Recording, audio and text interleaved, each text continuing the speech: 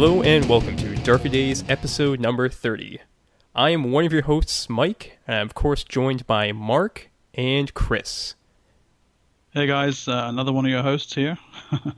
And here's the third one, forming an unholy trinity, I'm sure. Cool. Okay. Yeah, we should come in six packs, but Trinity is good too. So. Mike, what are we covering this time? Well, we're going to be covering a couple things. First off, there's actually some news that we missed from Gen Con, and we're going to cover that a little bit. We're going to be, of course, having some discussion of V20, which just came out. The PDF has now been released. And, of course, the Mage Chroniclers guide. Mm-hmm. Outstanding. Yeah, massive shockwaves echoing through the White Wolf fandom with the release of V20, rippling backward and forward in time, most likely. Yeah, very, very good. So I'm busting with excitement to get onto that one. Nothing in the mailbag this week, I understand? Nope, nothing. But, Mark, if people want to send us something, an email, where they send it to? That would be darkerdaysradio@gmail.com. Outstanding. You can also hit us up on Facebook, Darker Days Radio, and also on Twitter with the same, Darker Days Radio. And Chris, you've been setting up some posterous material for our listeners too.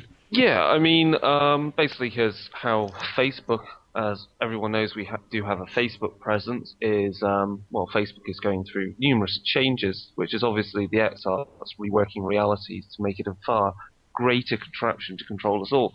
So I thought, let's use something that's a bit more free council-like, and I basically post up a few things from my Posterous blog, and they're kind of just like, some advice things and some ideas and some examples, some actual play. And I am totally open, and I'm sure you guys are open, to anyone asking us questions, because, I mean, if it's something that we can't really, that's maybe we've already covered in a previous podcast, or we want to cover at some point, but we don't have the time yet because we've got other things to do. I'm more than happy to answer questions and write stuff. And Posterous has a fairly nice thing where people and listeners can have a read, and they can respond to us and respond to others. And that also means if the listeners out there have some ideas, hints, and so forth they want to put forward, we can use it as a repository of arcane information, and we can post it up and people can read it. So, yeah. Excellent. Cool. Good stuff. So just to get started, let's move on to White Wolf news.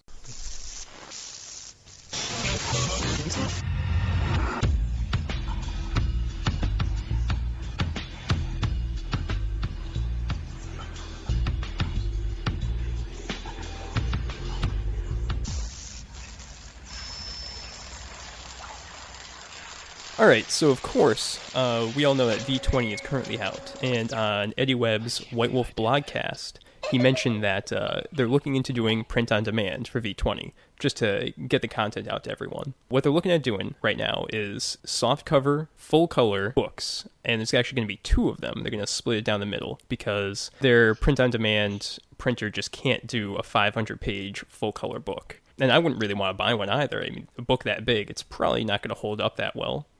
So it sounds really cool, and I have to say that I'm really excited for this if they split it up between like a storyteller book and a character or kind of like rule book that has all the basic rules in it, because that way I would definitely pick up a rule book so I wouldn't have to lug around the nice, pristine, limited edition copy to games. Well, that's the thing. I was figuring out, I'd pick up the all-in-one hardback, but so the idea you're thinking it might be possible they're not going to split it just down the middle, but actually separate it thematically, like a kind of player's handbook, storyteller's guide. That'd be interesting, actually. That'd be kind of fun. Yeah. I think it's already kind of set up like that. Even if they do split it down the middle, most of the core rules and like the basic 13 clans are in the first half. And then most of the storyteller stuff and the rare bloodlines are in the second half. So it might even work out if they just split it down the middle. Oh, cool. That's pretty cool. The fact that it is going to be available for print. And also, I'll say this actually, having a book like that, if everything's split in the right way, makes it really useful in gaming groups. There are times when you're passing around a book and you're like, I need to have the rules, but player wants to read something out of the other part of the book, and it may make that more usable, actually. Mm-hmm. Yeah, handy. So, did both of you guys pre-order the limited edition, or? I didn't pre-order V20, but I'll be picking up the PDF, that's for sure. What about you, Mike? Yeah, I pre-ordered it. I was a little hesitant about it, but now that I've actually got it, extremely happy. It's phenomenal looking, and we'll be talking about that later on in the show. Cool. But that's not all they have on the upcoming schedule. There's a bit of a revival of the classic World of Darkness line, this Onyx Path that we're hearing about. Mm-hmm. And what's first up on the schedule? Is it Hunters Hunted 2, I seem to recall? No, I think the first thing that's going to be coming out is the V20 Companion. Right. And that's already in development with Justin Achille, and he's live on Twitter, and he's at the White Wolf blog /V20 Companion, I believe. There's a new development blog for that. Didn't he resign already and move to France or something? He's still working on it. Yeah, he can't get away. Nope. What I thought was interesting about the V20 Companion was that they set aside a dedicated amount of pages for fan-created content, stuff that's going to come up during this open development process, which I thought was a fascinating idea. Really, that's pretty wicked. Yeah, it'll be interesting to see what the people out there do come up with, what makes it through. Yeah, definitely. I mean, just looking at the V20 development, there was a huge amount of content just for how to rework botches and get those to work more effectively in the game system. So we could even see pages and pages about that, how to rework it. In the V20 development, there was a lot of good stuff that came out of it, which isn't in the new book that just came out, but I think we're going to see it in the future. Well, what struck me about, and this is particularly true of the revised era books of Classic World of Darkness, things like, and the Mage Storyteller's Guide is Mage Ascension Storyteller's Guide is a standout example of this. The Werewolf one as well. Just these storyteller guides that really broke the system open because they'd been going for 10 years by then, and it kind of almost foreshadowed the toolkit approach of New World of Darkness. So seeing something that continues to deliver that kind of approach, those multiple options, and here's different ways to fold and spindle and mutilate your game. Seeing that for the CWOD would be good. Mm-hmm. More the merrier. Absolutely. And then next up, they're going to be coming out with Children of the Revolution, which is really a sequel to the quite old Children of the Inquisition book, which had such luminaries as, I believe, the first Hardestot and Vlad Tepes. Yep. So a lot of NPCs, and it's going to follow Karsh and those guys. Yeah. Yep. It's going to follow in the footsteps of that book, which should be pretty interesting. Cool, because the original one I don't think even had any stats in it. If I'm remembering right, Children of the Night had stats, but for some of them, most of the vampires. But I don't think Children of the Inquisition did. I couldn't tell you. I've never read it. Oh, I've got to say I had to be in my hands, and it's outside. It's not the normal size of a standard book. So this huge kind of almost coffee table thing. It's not particularly thick. And I thought to myself, nah, I'm not going to need that, And I've regretted it every bloody time I've thought about the book since. So lesson learned there. Get it when it's going. Mark, you're making me feel bad because I saw it in the store and I said, no, I don't know what I got, but it's not there anymore. Well, that was the thing that prompted me to pre-order V20. I really thought, I've got the books. I don't really need it. There's a few tweaks would be nice. And then I thought, yeah, but if I don't get it, the guilt is going to kill me. So it's more, damage limitation than anything else. It makes it more likely that they'll do a mage the more of these we buy. So. Yeah, I think I'm going to have to hope for, obviously Mage, because what with my current situation, it's like I can't have more books because the whole moving country thing, I'm just looking at my entire collection and I'm having to actually thin it down. Ouch. I've just got to hope some poor bastard might sell his V20 sometime down the years and I pick it up and for a good price. Well, but that's the price you make with decisions like this and exactly. One-off books like these. You have to choose what to get, and Mage 20 is. If I'm going to have to rate anything of importance, it will be Mage 20th anniversary. Exactly. Well, mind you can hop on eBay right now, and there are 3 copies of V20 going for between $300 and $600 each. Jesus Christ, that's pretty amazing that they're already on there. Fantastic. Yeah. Oh yeah, I'm sure a couple people bought extra copies just to stick on eBay and make some money. 2 copies of that, and you're going to pay for your initial copy and your convention ticket and most of your hotel bill. Mm-hmm. Yeah. Nice. But the big deal, third on the list, Hunters Hunted 2.0. Yes. Woo, finally. Cannot wait. So, what do you think that's going to be the main draw for that one? Is it the idea they're going to have to readdress a lot of the things that hunters would do in the classic World of Darkness setting? What with the fact that the world's moved on? Probably see some Mortals rules. Yep. The big draw for me is that, we've changed a lot since Hunters Hunted, the first one. I mean, if you go back and read that book, it's old. It feels like it was very early 90s, definitely. Especially with some of the characters. They're very you've got these superpowered ghoul, like super soldiers, and then you've got the vampires hunting other vampires. One of the cool things, actually, looking back, is that it has the first instances of mages and lupines. Yeah. And I think it hints about fairies. I think the mage that they have in there, who's really more of a hedge wizard, to be honest, he has like a fairy and ghost allies, which is kind of interesting. It was this sort of weird book, I'd say, because it kind of offers a glimpse of what's to come. Yeah. But it's more about the mortal hunters themselves. Well, I love looking at some of those really early vampire books, it's particularly the ones that were released before Werewolf or Mage or any of the other games came out. Specifically for for what you say, the examples they give of, well, here's a way that you could use mages in your game. Here's a way of looking at werewolves. And the rules are completely different and bear little resemblance whatsoever to what later came out. But there's this kind of this kind of aged charm about them. Like, here's a way to do werewolves using only vampire disciplines. Oh, great. That's good fun.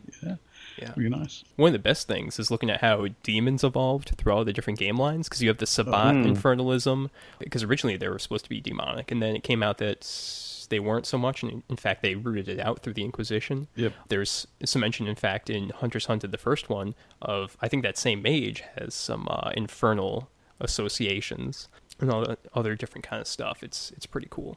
Yeah, all the various kinds of demons. There's the ones in Vampire. There's about three or four different kinds in Mage.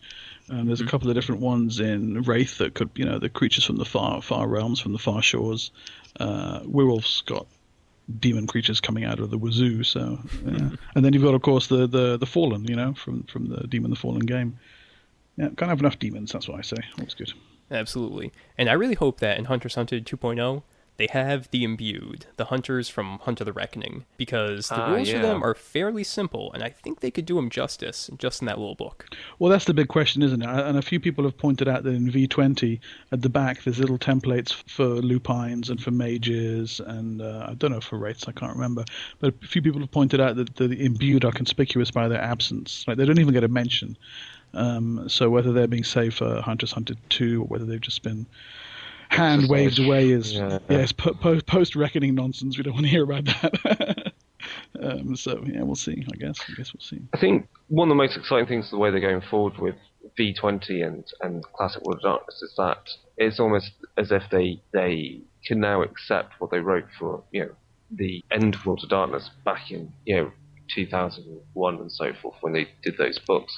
Is now they can they can just put those forward as that was one possible end, and now they have this wonderful chance to do quite a lot of good retconning to allow these settings to now become living and breathing again, with the apocalypse somehow delayed to as the player sees fit, rather than based upon how they tied it in so heavily to 2012 and all that stuff.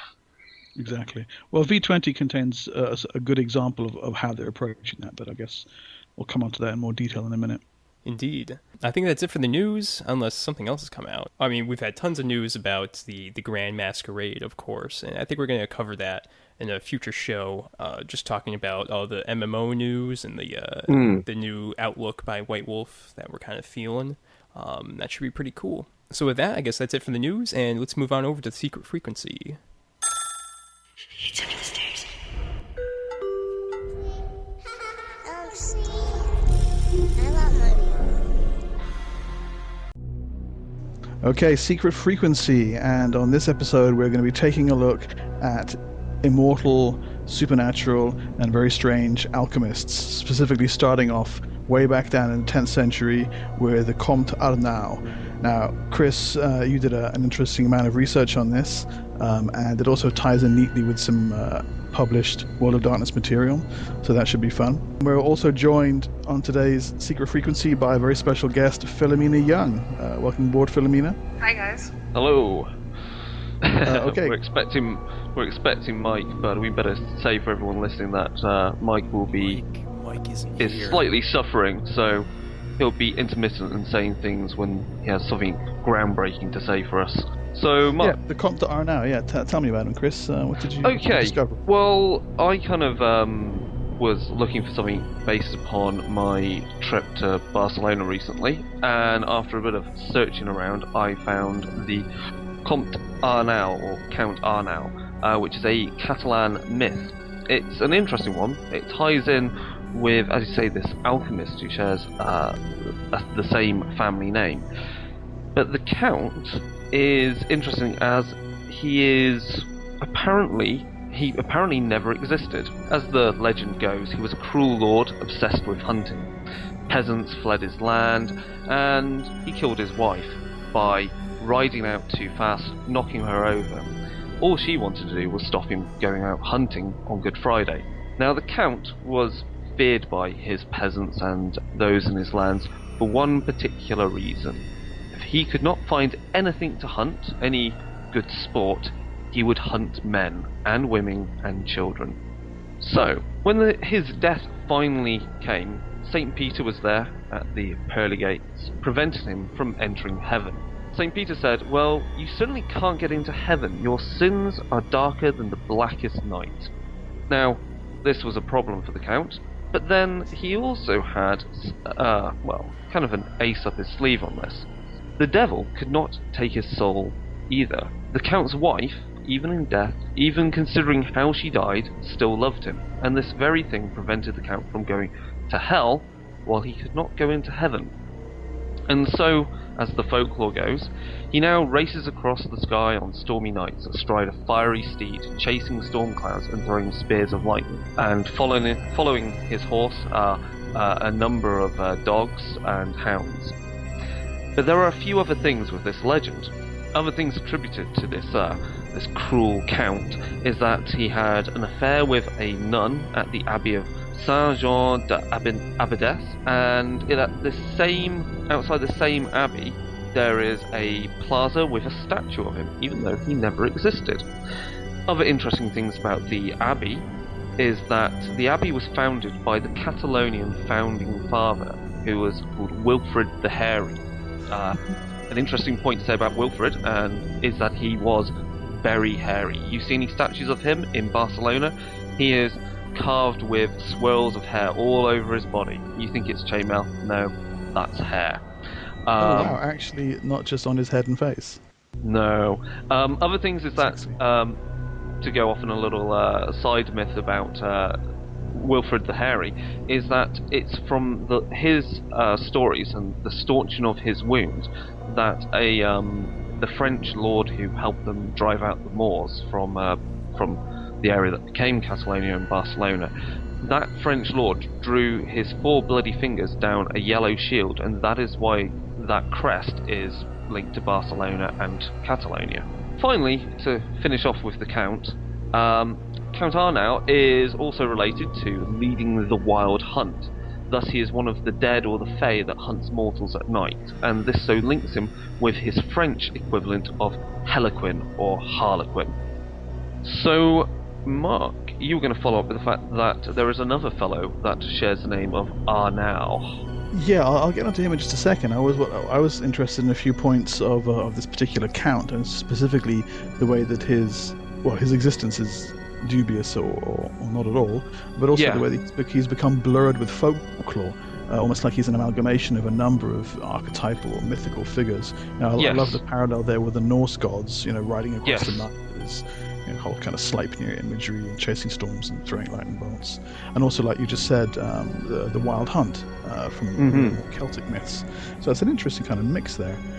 Another thing that struck me was, I noted how you mentioned his wife's love kept him from descending into hell. And as soon as I read this, I just thought fetter. He would make a great antagonist in Wraith. If he kept his wife alive, you'd give the characters the added dilemma of, well, if we want to remove this guy's final fetter and bar him from the Shadowlands, we need to kill his wife. Yes. So you can kind of set up a dilemma there. Or even more interestingly, if she's actually dead already, what are you going to do about that? If his fetter is another ghost. Yeah. I thought that would be an awful lot of fun.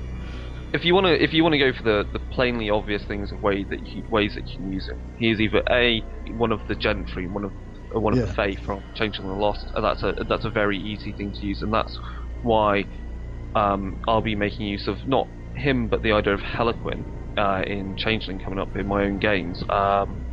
The idea of Compte Arneu and Heliquin would make for also very good NPC type characters for the Scarecrow Ministry that appear in Changeling the Lost. Also, if you want to keep with the idea of the dead, he would make possibly an interesting Keraboy for Geist. Because he's obviously transcended being just a ghost. He's become this amalgam of an idea and a ghost. Yeah, absolutely. Yeah, nice. I did want to give another shout out to Wilfred the Hairy. I found the perfect name for my next Dark Ages character there. But yeah, Arneu de Villanova. So this is the other guy. When you mentioned the Compte Arneu, and when we were talking about the secret frequency, I got very excited and thought maybe they're the same guy. That we've stumbled onto the same kind of character independently. But it turns out there is another alchemist figure, this Arneu de Villanova, and he appears. He's a real world figure who apparently did exist, a renowned physician of his time. Who appears as an NPC, an antagonist in Urban Legends, the very first story in Urban Legends, the one about the kidney eater, the kidney theft. So, in addition to the stuff that's found on his write-up in Urban Legends, which is, there's a little kind of potted history of his real life there. He's got his own page on Wikipedia, so you can hunt him down there. But when I was researching him, I found some more really interesting stuff on a forum that was about the Knights Templar, and in there he was noted as being the physician for 3 separate kings.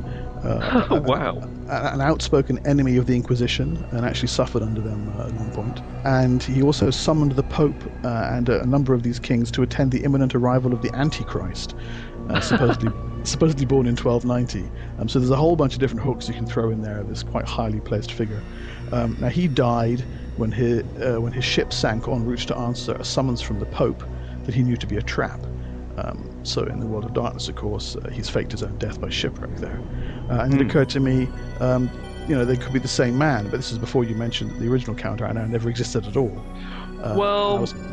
You could go down a similar route, I guess. It depends if this alchemist's origin is dubious as well, because the legend of Compte Arneu dates the 11th century. So right. Well, this is what came to mind next. Is if they are the same man or linked in some way, there's a recurring myth about alchemists being able to possess the secret of immortality.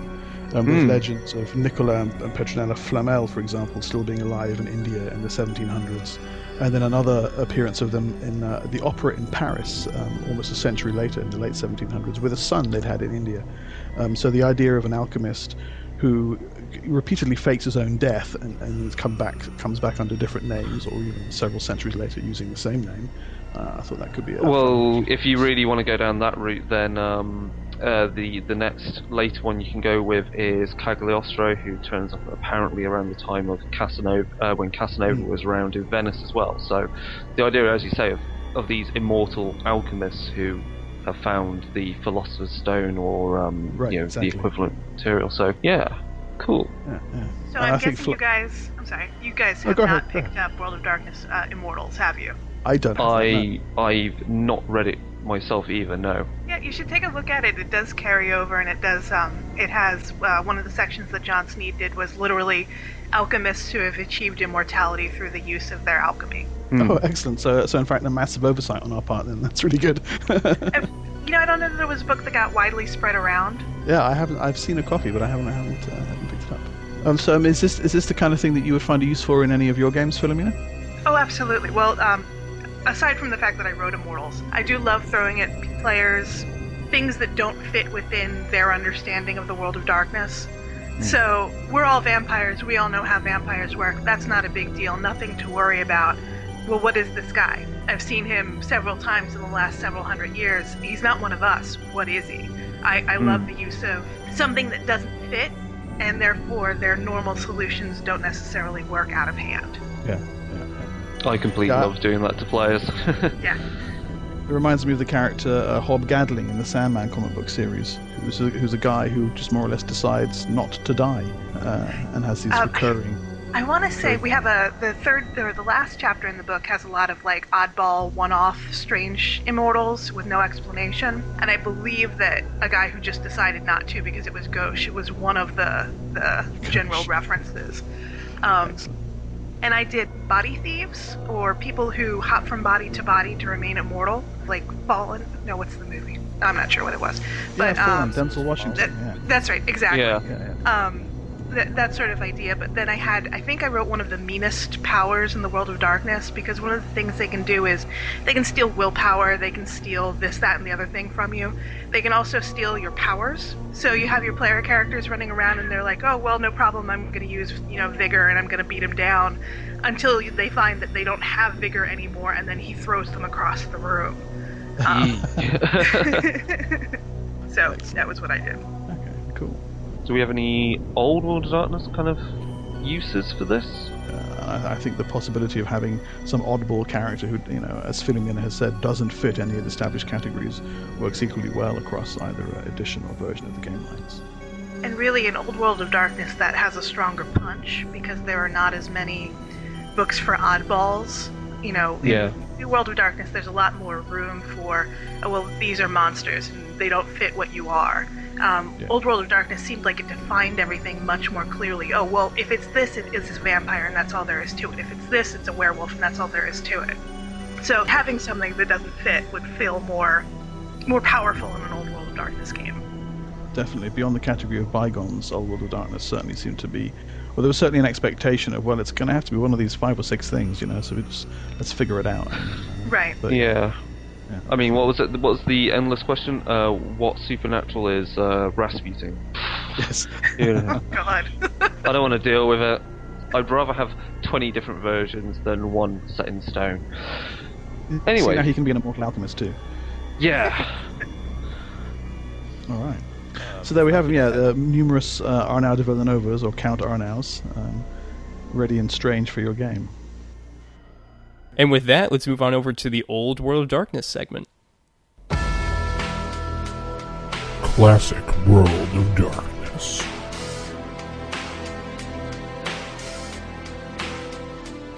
So, Yes. V20. Wow. Mm-hmm. I got my copy open, my copy of the PDF, and this full color artwork, awesome. Those chapter headers were fantastic. I loved every single one of those. They're brilliant. They're really, really good. Yeah. No, the thing is just I can't really kind of begin to put words together properly to explain how completely excited I was when when the link arrived in my inbox.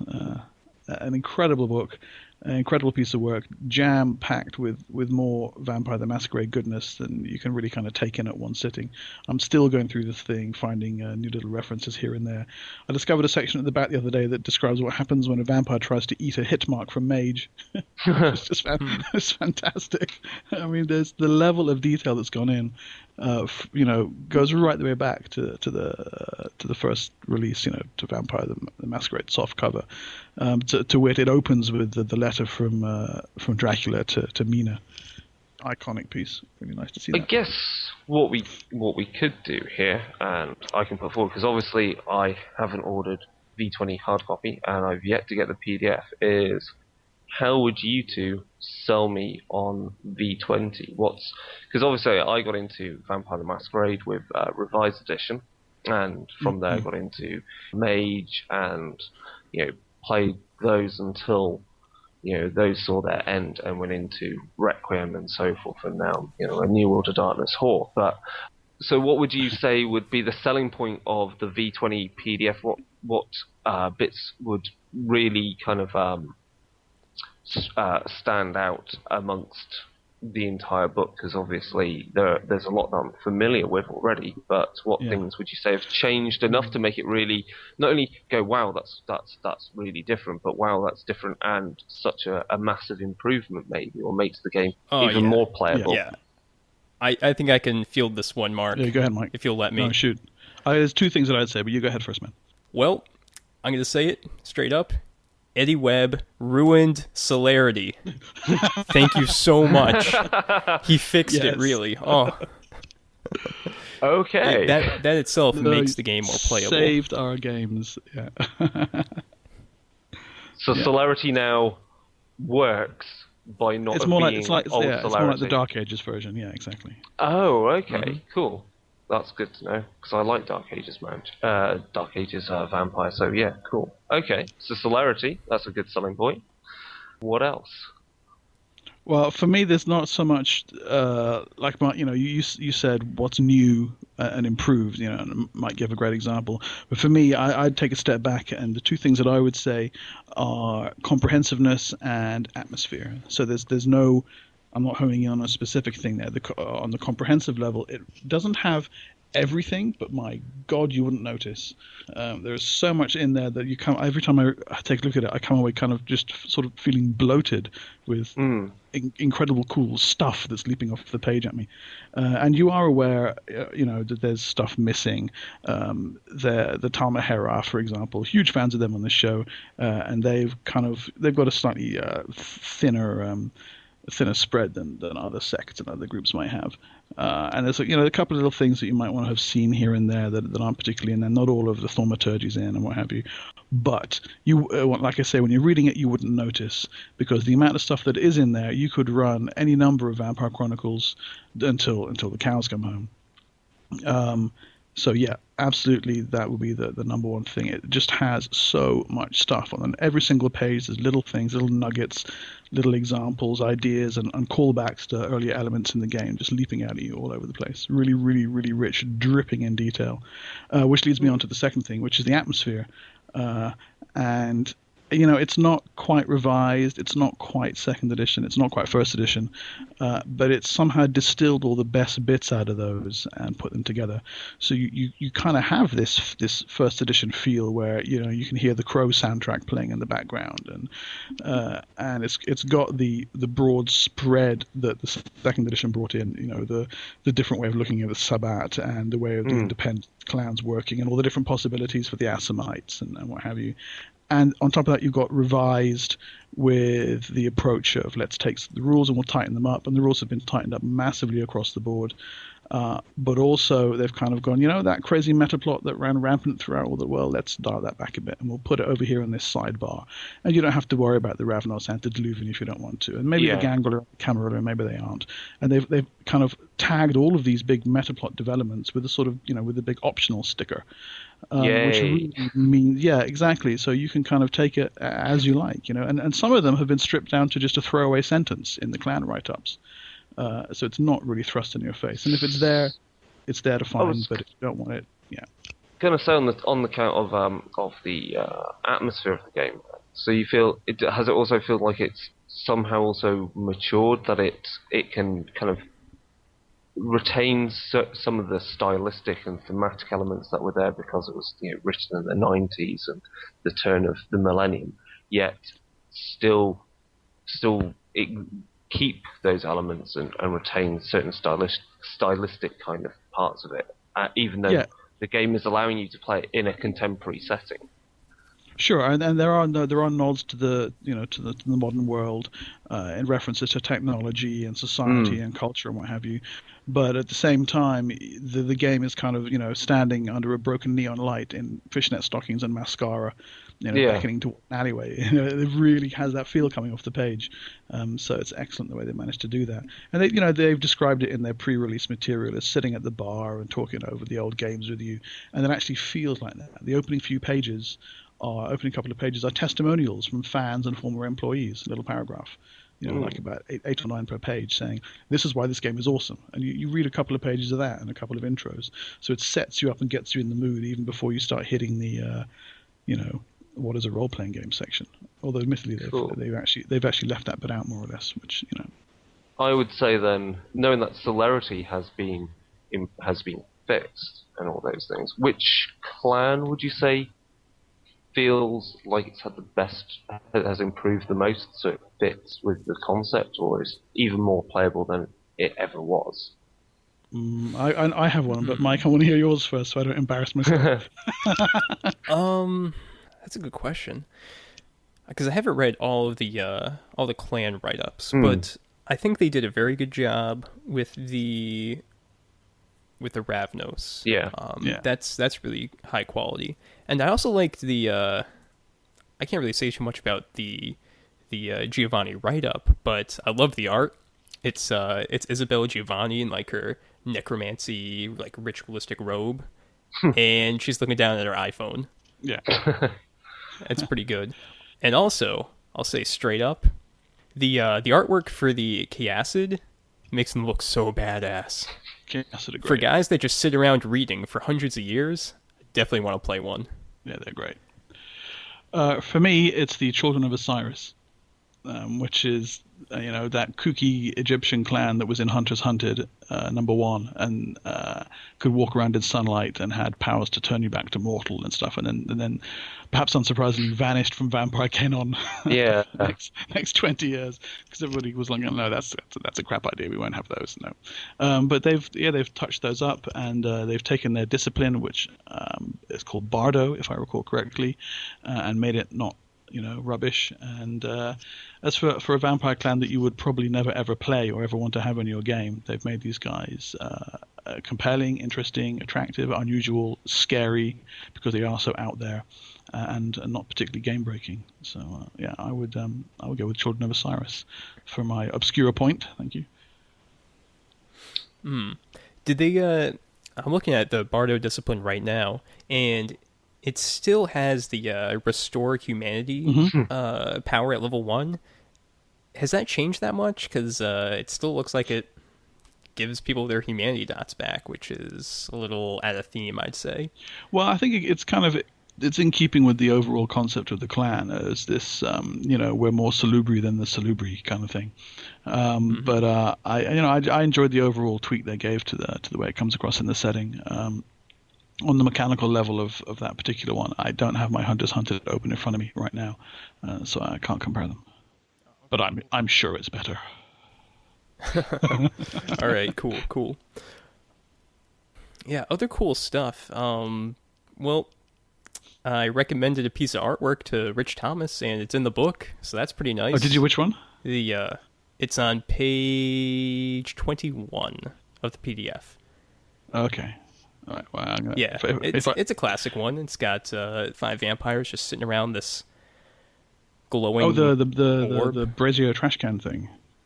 Yep. Yes, that's right. Yes. Okay. Cool. Good call. It's a classic. It's a good one. I think it's the piece of artwork that really sold me on Vampire the Masquerade, because that one chickie on the left of the page, just look at those boobs. They really pop out.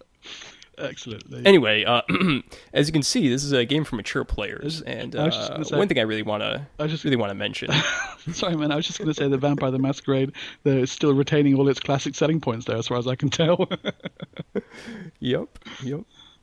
Absolutely. But actually, I really want to comment on the art, because that's the first thing I went through. I just went through every single page and looked at the art, and it's really high quality, but I noticed with a lot of the classic artwork, the black and white stuff that they brought back from older books, a lot of it's very gothic in nature. There's not too much of the punk elements. There's definitely punk elements in some of the newer color artwork. You can definitely see that in like some of the clan portraits and the like. But a lot of the old black and white stuff it's got like, vampires up in skyscrapers, or the classic like kind of looking out into the distance. Yeah. I just felt that was kind of interesting. I'm not sure if that's the kind of artwork that spoke more to people when they looked back at Vampire the Masquerade. If maybe they weren't as interested in the punk elements, or I'm really just curious, like, why that was. Well, those are definitely the pieces that spoke to me when I was looking through the book, and also if I think back to the artwork that stood out, back in the day, those are the ones that spoke to me. I think more than the punky elements, and I certainly think, out of the World of Darkness games, Vampire the Masquerade First Edition was more gothic than punk. Overall, that's definitely the feel I got from it.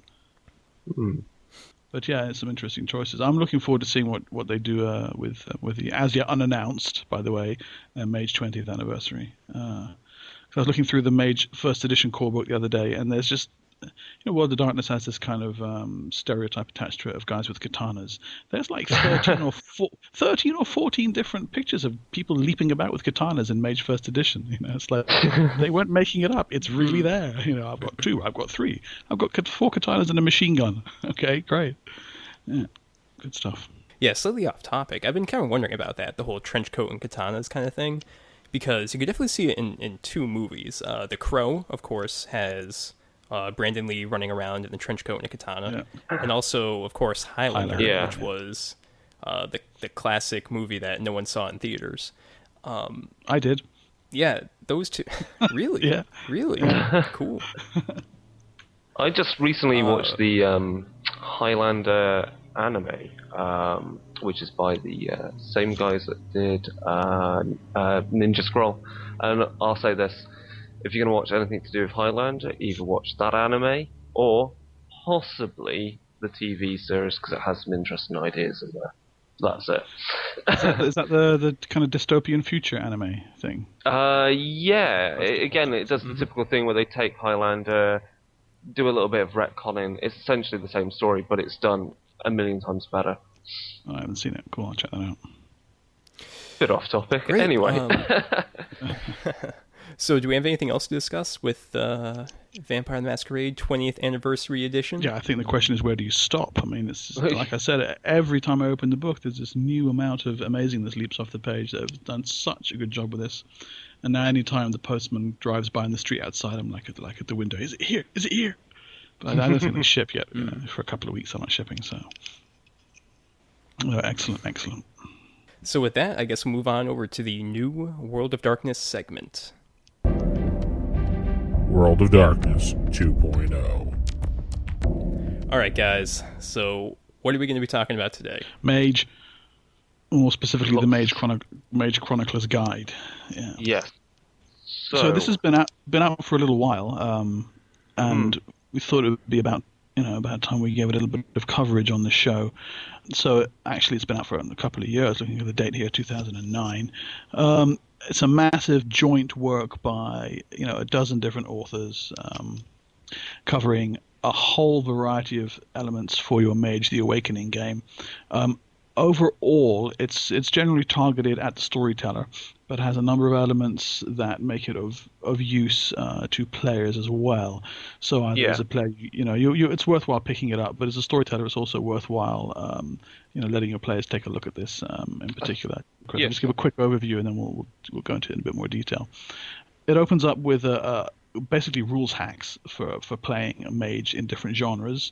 It follows that up with a chapter on ways to just change just the magic system as opposed to the overall setting itself. Just what if magic was weird science? What if it's psychic powers? Chapter 3 is what's useful, I think, primarily for players. It's different ways to build your character, and actually quite an interesting look at different ways of getting hooks and background elements for your character. There's some stuff on just general advice on running mage games. And then there's like 15 of them, sample chronicle outlines from the authors of the book. Different off-the-wall chronicle concepts for your Mage the Awakening game. Yeah, there's quite a lot in there, and I would definitely say, the third chapter for players, just looking at it, I would say it's very useful because Mage is such a vast game, and there's so many options for players for what they could play. It's quite a useful chapter, a tool really, to help kind of create a plan, a guide to really how the group of characters fit together, and how to balance all the skills together, and so the Cabal can actually operate rather than finding they're pretty much useless at 50% of stuff because they've all specialised in all these other things. So but it's quite a comprehensive book.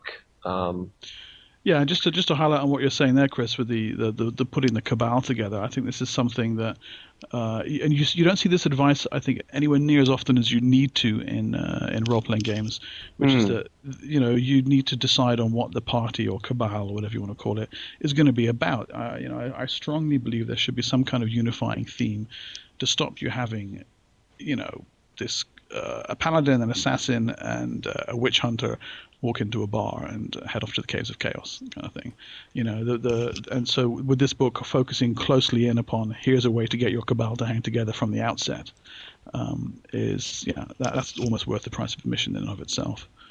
Yeah, it's the idea of having the term used quite a lot is the idea of a group template, and the interesting thing that they also bring up is it's not just they don't just give you again guides on type of like sample characters you can kind of play in the game and styles of magic you can use in the game, because there's a whole bit on how that all happens. There's actually quite a good discussion of how the rules of character creation work and how you use those best, and a wonderful, even just a very simple few lines of advice upon what a dot in a skill really means. Yeah. And again, you don't often see that for many of the other games, and so it makes you realise that if you've got a dot in a skill, that's great, because you're now rolling quite a few dice. You're on average going to get a success, and it's really more about where you need to put the dots in order to start doing things, especially when your mages have powers that are very heavily tied to skills because of the way that rotes work. So exactly. That kind of rule discussion is really important. Laying the mathematics behind the crunch out gives the storyteller the power to make an informed decision, you know, on how his game runs. And I think, in addition, gives the players a real perspective on, well, what does strength 2 mean? You know, what does academics mean? It's important to have. Now, the next chapter, just to kind of continue with these two chapters, building character, and chapter 4 is called Mage Chronicles, has some solid advice on then, you know, once you've got the cabal together, how does the game go? There's the thing that opens with is fantastic. Is the tier system from Hunter imported into Mage. So, you know, the tier 1, 2, 3, local, regional, and national, or global, or whatever you want to call it. So it gives you a great look at how you would incorporate that 3-tier system into your Mage game. There's a great description, a great analysis, on how to deal with characters in your game, mages who can just simply cast a time spell to find out the future, or these powerful divinations. How do you deal with characters who can cast and access powerful divinatory magic without it wrecking your game? There's a good look at that. And there's also a really interesting analysis on how to run games for master level characters. You know, so your characters with 4 and 5 dots in their various arcana, how are you going to hang those together? And then that's followed up by these various kind of sample chronicles. Now, the reason I'm just kind of focusing on this is to make the point that these two chapters, chapter 3 and the first half of chapter 4, they are real meat and potatoes, useful information that you can apply to any game you're running. You know, as a mage storyteller, and you know, most other games too. Really, you get some inspiration there, and that's the kind of stuff actually that I believe should have been 60 to 70% of the book, as opposed to 30, kind of, you know, the small page count that is. And that's not to diminish what else is in the book, because it's great, but kind of here's my long-winded, rambly point, is that chapter 1 and chapter 2 and the last half of chapter 4 essentially are presenting variants. You know, here's 5 or 6 different ways to mod your campaign. Are you going to run a mage pulp game, or are you going to run a mage noir, or is it going to be action horror, or is it going to be epic magic? You know, chapter 1 covers all these different genres. Chapter 2 says, well, what if magic came from drug use, or what if magic was really enlightened science, or what if magic was really psychic powers, or what if it was Faustian sorcery? You know, so in fact, what they're doing is they're saying, okay, you've got your standard mage game. Now here's a whole bunch of ways to change it. And this kind of stuff is fantastic. It's great. But what struck me about Chronicler's Guide is I would have thought maybe there wants to be more in here about running Chronicles, you know, I don't want to say by the book, but I mean making the standard setting work, as opposed to showing us ways. Here's different ways to change the standard setting. I'd have kind of thought, well, come on, can you not just give me something which shows me how to make the most of what I've got, as opposed to turning it into something else? So while these variants are fantastic, and you know, I could use any number of them, for someone who's kind of starting out in Mage, I kind of wonder if they're going to be superfluous. I don't know what you think. Yeah, I kind of found the Mage Chroniclers Guide, I'd say it felt a bit disappointing going through the first half, and then once you get to the bit on how to balance characters off each other, and then, as I say, the bit on chronicle design and how to rein in what your game is going to be, because Mage, when you open up that blue book of golden text and headaches, is a difficult game to realise what are you going to do with it. And this is the same for any chronicle. And to give another good comparison, many of the problems you come up against in running a good Mage Chronicle are the same problems you come up with in and that I have come up with in recently running a good Chronicle for Exalted. When you've got a setting that it has so many options, so much diversity, that they could be dealing with spirits one day, the undead the other, and then things that are very similar to them, and then just generally mortals and other weirdness and science. It's you could literally go anywhere with the game, and your story can quickly fall apart and be this It can lose its sense of direction, and the advice that comes in the Chronicles Guide is great, but it's presented. It feels like it's presented too late, because as far as I go with like setting hacks, which is pretty much what Chapter 1 is all about, and Chapter 2, of course, they're great, but I don't think they're not worth the paper they're written on until you really understand the game, the basic game, better. And I'd agree, person that can run a good Chronicle and understands the mechanics well enough and how to tweak it will generally come up with many of the tweaks they've done on their own. You may go, well, Mage is a good game, so I could run something that's equivalent to where everyone's mutants. Then fine, do that. But most good storytellers will come to that conclusion, and I think the Chronicler's Guide, as you say, would be better at giving good advice for beginners. Right, exactly. Yeah, it's the old kind of, I guess it's the RPG publisher's dilemma that once you know how to play the game, you don't need the books anymore. Yeah. And this, the Mage Chronicler's Guide, I think, falls down in not providing enough advice for beginners. Not that it's not there, but it's it's a matter of amounts. Maybe it is intended for chroniclers, for storytellers who've been running Mage for a while, because it came out when Mage was 5 years old. 5 years into the game, you finally get this book, which admittedly is better than Ascension managed. Although it was a fantastic book, the Ascension Storyteller's Guide didn't come out until I think shortly before the apocalypse. It was right towards the end. Again, it had many great ideas that could be applied beyond Mage, but it was too little too late, really, to help push it forward. And maybe it's the case, and we touched on this actually a couple of episodes ago when we did the Rapid Fires. Something that you and I kept mentioning when we were talking about Mage the Awakening was, this is a fantastic game, and it actually works best if you buy these other 4 or 5 books. And I'm wondering if the Mage Chronicler's Guide was written with that in mind. People will already have read Sanctum and Sigil and Tome of the Watchtowers and the other one, which name is always escaping me. Secrets of the Ruined Temple? No. Watchtowers, Tome of Watchtowers, and God, I did this last episode. I couldn't remember the name of Secrets of the Ruined Temple, and now I can't remember the name of this one. But anyway, that book that tells you all about Mage Society and how it all works. Maybe they've assumed that people have read all these and have taken on board the information that was scattered across those, and maybe it would be cheating the customers a bit to reprint advice that's scattered over a handful of books. But I don't know. I kind of think a beginning Mage storyteller would like to have it all in one place. Anyway, that said, I don't want to kind of crap on the first few chapters of the book. So I'm going to take a moment here to highlight why they are in fact awesome, even though they're perhaps not the best choice for these books for the Mage Chronicles. They are in fact fantastic. It provides setting hacks in chapters 1 to allow you to run action horror games. Bullets, gore, fire. It says the rules in that. Again, that first setting hack, brilliant for World of Darkness in general, I found. It really added a kind of like a for the listeners, it's kind of like it allows you to be more actively involved in how combat is run. You have a few more choices in the actions you can take and Stunting. their effect. Yeah, you have stunts in there, so I kind of appreciated that one. Critical hit table. Yeah.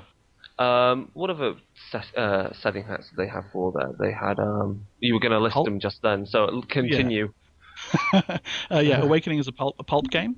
Yeah. So that's kind of interesting. The old kind of early 20th century pulp fiction.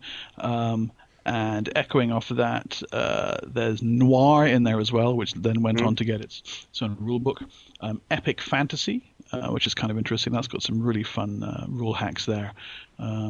Sleepers don't cause it to be vulgar, and less backlash, and mages need vulgar magic tools for vulgar magic, and then a bunch of cool hooks for that. Faustian sorcery, which is great if you're into that element of folklore and magic history. And here we go. Lucid sleepers is another one that's quite interesting. That plays on the idea that magic is actually becoming more prevalent and it's not so much of a secret. That's kind of fun, and that name checks Harry Potter, so that's good if you're into that kind of thing. Is that the entirety of that section? Because then the next section is some major hacks. There's a thing about a punk game, so and that can I suppose if you want to get a bit of the punk feel back in from the old World of Darkness, there's some stuff in here that can allow you to play with that. Real kind of DIY street magic. And there's the noir section at the back. But then, like you say, chapter 2, mirror magic, which was a great bit to read.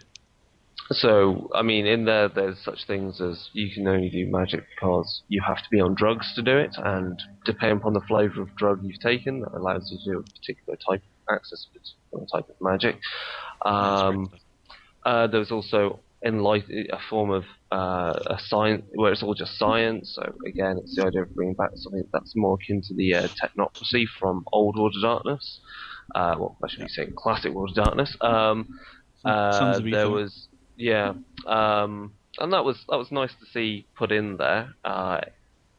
It wasn't. They weren't really getting into the idea of truly weird science. It was more getting towards kind of more technocratic idea of science that was so cutting edge. Where do you see the transition between science and magic?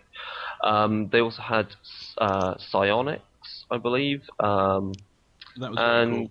Yeah, again, there's a lot of good hacks to the reason for magic, and again, I would say they're not the things you would do to not reinvigorate the way you play mage, but more to how to use the mage rules to replicate a different kind of setting, which is fine because mage pretty much allows you to replicate any form of powers out there. Well, I think the psychics thing was interesting because it's conspicuous by its absence from from both Ascension and Awakening core.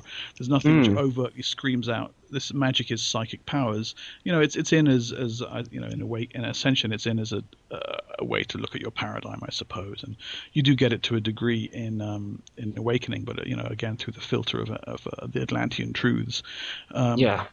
But seeing it actually called out here as, no, let's do the whole thing as psychic powers. I thought that was really interesting. C.J. Carella's Witchcraft has got for want of a better word, a tradition that's psychic in there. And I'd kind of folded that into my Ascension games. But seeing this here, laid out in standard World of Darkness terminology was really, really cool. It gives a different flavour of psychic abilities and doing psionics in World of Darkness because they've already covered that in... which World of Darkness book is that one? Second Sight? Yeah. Second Sight, of course, yes, yeah. Well, you've got psionics. But that one, of course, is based on the idea of using merits, a merit-based buying system to buy the powers that allow you to do the things, whereas, of course, Mage is you're using psionics based upon the Mage Arcana system. So, I think it's good to see system hacks that allow you to replicate things in different ways. Nice bit on ritual magic too, making all magic ritually based, which is kind of fun. And what's nice about some of these rules is you can fold them back into your main game. If your game is a little bit messy and doesn't hew completely close to Kanon. It's easy to kind of be like, well, we've got a bunch of mages who aren't Atlantean in origin, and their magic is ritual. There's the so-called barbarian wizards that are referred to in the Atlantean backstory. Or if you're an Ascension player and you're looking for inspiration for your Cult of Ecstasy or Technocracy or Virtual Adepts, the genius, the enlightened genius science magic is quite fun for that too. The other thing I was going to say is the magic hacks are useful as inspiration that they give for Mage the Awakening, because of course, though Mage the Awakening does not have paradigm like Mage Ascension, it does have the idea of magical style. So it allows you to again kind of go, oh, well, how would my mage do his magic, his tools for doing it? Even though the paradigm is Atlantean magic, and that's how the entire of Mage the Awakening works, that doesn't stop your character having a particular style of and the way they perform their magic. So you can go down the science route, and that kind of, just even reading that, even though you're not using the rules per se, it gives you kind of a good feeling for how your character would operate. If you look at the rulebook for Mage the Awakening Magical Traditions, there's a section in there on magic through entheogen use, which is a whole mini paradigm based around using entheogenic plants and psychedelic plants to make your magic work. So the magic as drug use in here ties in really nicely to that. So yeah, like you say, you can build on the idea of magic styles or non-Atlantean magical traditions and use the stuff in this book to flesh that out. But again, as you've said, it's something that is probably more use to a mage storyteller who's been around the block a few times, as the saying goes. So yeah, a mixed bag, I think. And I had a similar, I think it was Second Sight actually. I had a similar comment with Second Sight in that the stuff in there is incredible, and then at the end you get a whole chapter on Cthulhu. Well, aren't we supposed to be playing, gritty street magicians here? And now there's an elder thing trying to eat my face.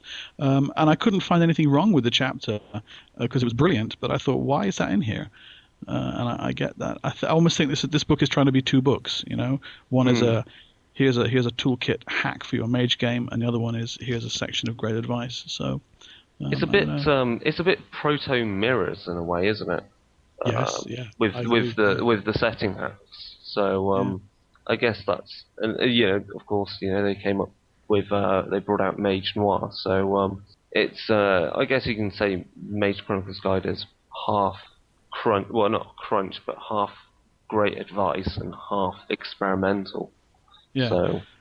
So in a nutshell, if you're looking to buy this book, be aware that you are going to get 50% setting hacks and magic hacks, and 50% fantastic advice.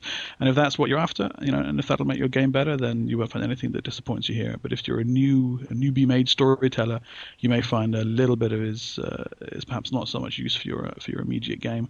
But you may find that it provides inspiration, for games a year down the line or what have you. So yeah, it's not a book I regret getting hold of, but it's definitely worth calling out its various caveats, I guess. So, Mark, do you think that these, like the Mage Chroniclers Guide and the Forsaken Chroniclers Guide, which have all these setting hacks and changes to the core game, should they be marketed as like under a different name? Maybe the Mage Story Hacking Guide, and that kind of thing. I don't know if you need to go that far. I would. I picked it up anyway, right, without really kind of looking too deeply into what I was getting, but being a Mage fan like that. But I think it would be incumbent upon the White Wolf guys to make it clear what's in the book, that this is not just going to be something that is going to pump your new Mage game, but it has hacks in it for the experienced Mage storyteller. So maybe in hindsight that's not a bad thing. It's a book that tries to be of use to a storyteller, whatever in whatever kind of phase of his storytelling career he's in, I guess, for want of a better phrase. So there's stuff in there for the beginner, there's stuff in there for the experienced old hand, and there's stuff in there for someone who's just looking for a fresh injection. So yeah, maybe it's more of a thematic palette than a laser-like point of focus. I think it's more in the I don't want to say marketing, whatever it is, that thing is called when you tell people what's in the book, but you're not just trying to get them to buy it. You're actually trying to give them information. I think that's really marketing. Just, I suppose, telling the truth is another way of calling it. I'd expected to see it called out for what it is. What is interesting, what I thought was really amusing about this book when it came out, is it has an afterword at the end by Bill Bridges, which talks about, we've come to the end of the Mage Chroniclers guide, and there's something about the tone which is a bit like, maybe Mage is finishing now, and maybe you're not, and they're sort of talking a little bit about the transition to to digital initiative and print on demand and stuff. But my God, the hysteria that erupted on the internet with this afterwards. Oh, Mage yeah. Awakening it's finished, it's dead. Bill Bridges has killed it. A good 3 weeks of this, and the developers coming on and going, no, not really. That's not what it means. Go read it again. And no, it says it's ended. Look, it says it right there. Okay, great. So yeah, a mage book that generates its own flame wars. It's kind of it's required, really, I think. Nice. So we've got the core 3 games of the Chroniclers guides. Does that mean the Promethean Chroniclers guide is coming up next? Huh? Oh, wow. If a game needed it. If a game needed it, yeah, I would say Promethean could do with one. I would say really all of them deserve one. Changeling, based on my own experience now, having run a full Chronicle and going back to doing a one-shot before I move, again, it's a game that has so many options, and that being a game where there's so much in the core book that you can use, and you'll just never get around to using half the rules, a lot of these games could deserve a really good, true Chronicler's Guide, where they are giving you advice on how to run a game and at what scale are you running the game. Not system, but with less focus on system hacks and so forth. Because Promethean's a game which I keep looking at and going, I want to run it, but again, I still don't feel like I've read enough advice on how to really do it. Yeah, I think the system hacks thing is interesting because I love system hacks. My own games, I can't leave them alone. I thought, I think I'll change Paradox a bit, and what if Resonance worked this way instead? Yeah. And I get a huge amount of use out of these things. But I wonder to what degree, I'm the target market for this kind of stuff. And I think, if I try and imagine I've never read a mage book before, and somebody plonks that down, and here you go, this is your guide to running the game. I'd be a little bit like, what the hell? So yeah, it's a lot to take on board. So yeah, like I said before, I'm not, I don't want to sound like I'm kind of ragging on the book in any way, because there's nothing in here that's bad. It's just an interesting kind of development choice to mix up the advice in this way. I don't know, listeners, let us know what you think. Did Mage Chroniclers Guide improve your game? Did you find it to be full of stuff that you can't use for another 6 years until you've read all these other books? What do you think? Let us know. And Mark, where can they send that email to? darkadaysradio@gmail.com. Cool. And also check us out on Twitter. I think we're pretty much done with this episode. Of course, we got the Posters coming up. Yep. Chris will be sure to include a link to that in the show notes. Yep. And yeah, any other closing remarks? I'm going to get to play Vampire next week for the first time in about 100 years, so I'm quite excited about it. Awesome. Nice. Which flavour of Vampire? Vampire the Masquerade V20, and I don't have to run it either. I can just pitch up and play. It's great. Excellent. As I said, I'm coming to the end of my Exalted Chronicle, and so I'll be going back into Changeling the Lost Venice and doing a carnival-themed one-shot. So I'm looking forward to seeing what happens with that. It's going to push the plot onwards, but it's the last chance my players get to play Changeling with me. So when is your move actually taking place? That's going to be start of December. So Okay. I'm already kind of fishing around on the internet for finding out where do I go to find players. So it's going to be interesting. Well, there's plenty of gaming over on the continent, so you should be. Oh yeah, there is. I say the continent. I mean Europe for our non-English listeners. There are plenty of local gaming stores in Germany already that I've found. There's at least one in every major city near me, including the one I'll be in. So that's pretty cool. Good stuff. Well, you have to do a report on us on the German World of Darkness gaming culture. Yeah, that would be quite good. It'd be good to see to find out their opinions of World of Darkness and whatever, maybe even German language games I've got which cover the kind of the horror genre, and what things turn up in that. Well, weren't there like foreign language editions of like country-specific source books? I was reading the other day that there was a Paris by Night that was only released in France in French. Monde de Ténébreux, France. Ooh. There you go. Indeed. Cool. And there was 2 German books that were only in German. Yep. Right, Chris, your mission, should you choose to accept it. Find those and translate and give a review on them. Yeah, that's actually quite a good thing to do. Good stuff. Right. All right, cool. I think that's it, guys. Thank you very much, and we'll see you all next time. Good night, folks. No.